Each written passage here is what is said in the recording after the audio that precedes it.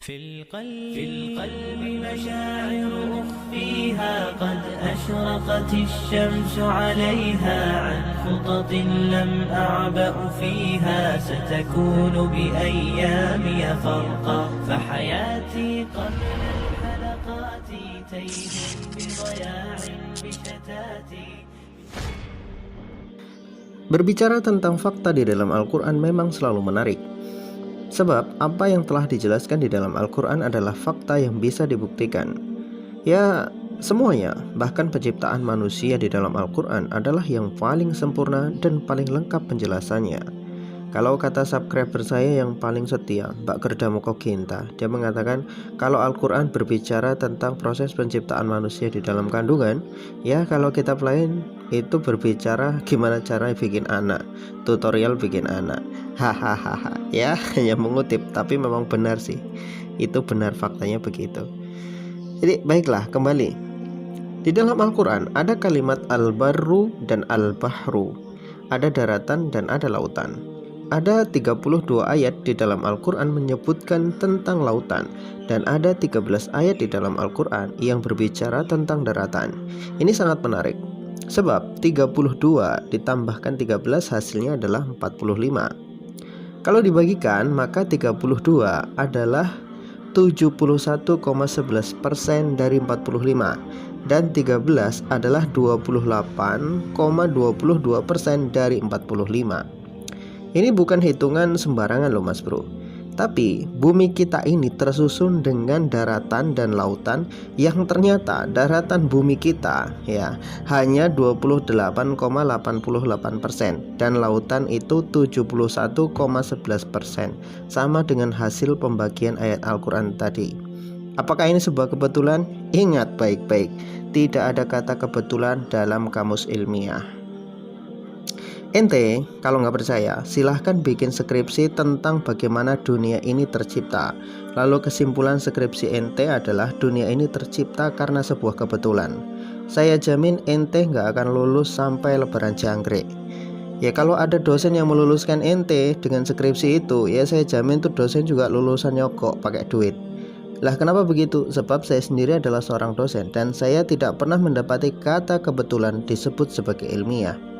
Segala sesuatu ada asal dan usul, karena Tuhan menciptakan segala ciptaannya berdasarkan ukuran dan hitungan. Jadi jangan anggap Tuhan itu tidak ilmiah, karena ilmiah itu sendiri adalah sistem yang telah dibuat oleh Tuhan. Dan kalau ada kitab suci yang tidak ilmiah, sudah pasti itu bukan dari Tuhan.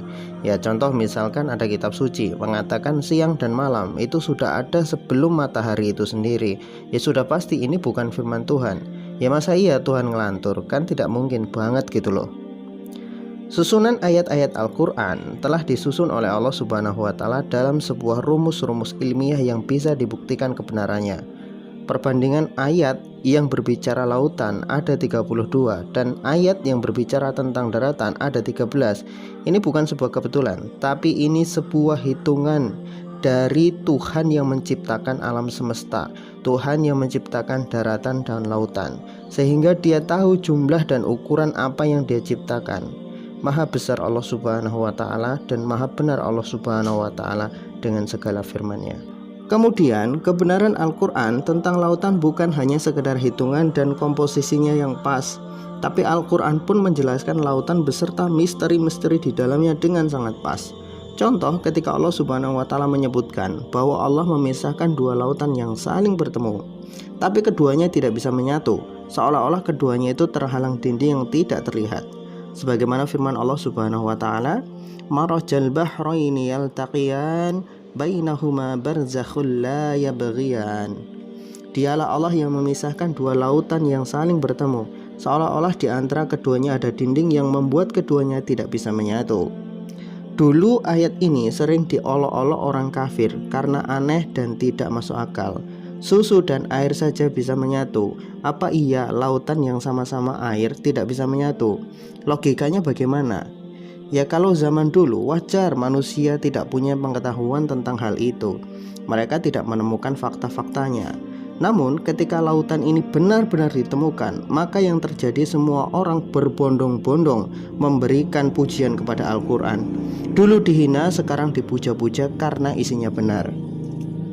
Kemudian perkara lain tentang lautan adalah kebenaran Al-Quran tentang ketika ia mengabarkan bahwa lautan itu gelap dan punya ombak di dalamnya. Ombak di dalam lautan ini ditumpuk lagi dengan ombak di atasnya. Lalu di atas ombak itu, yaitu di atas lautan, ada awan mendung. Jadi sangat gelap sekali dasar lautan itu. Hal ini Allah Subhanahu wa Ta'ala sebutkan, atau seperti gelap gulita di lautan yang dalam, yang diliputi oleh ombak, yang di atasnya ombak pula, di atasnya lagi awan mendung. Itulah gelap gulita yang bertumpuk-tumpuk. Orang-orang dulu menyangka bahwa lautan itu tidak gelap sebab lautan adalah air dan cahaya matahari mampu menembus air. Namun ternyata anggapan itu salah total. Orang-orang zaman dulu tidak sanggup menyelam lebih dari 40 meter karena keterbatasan alat.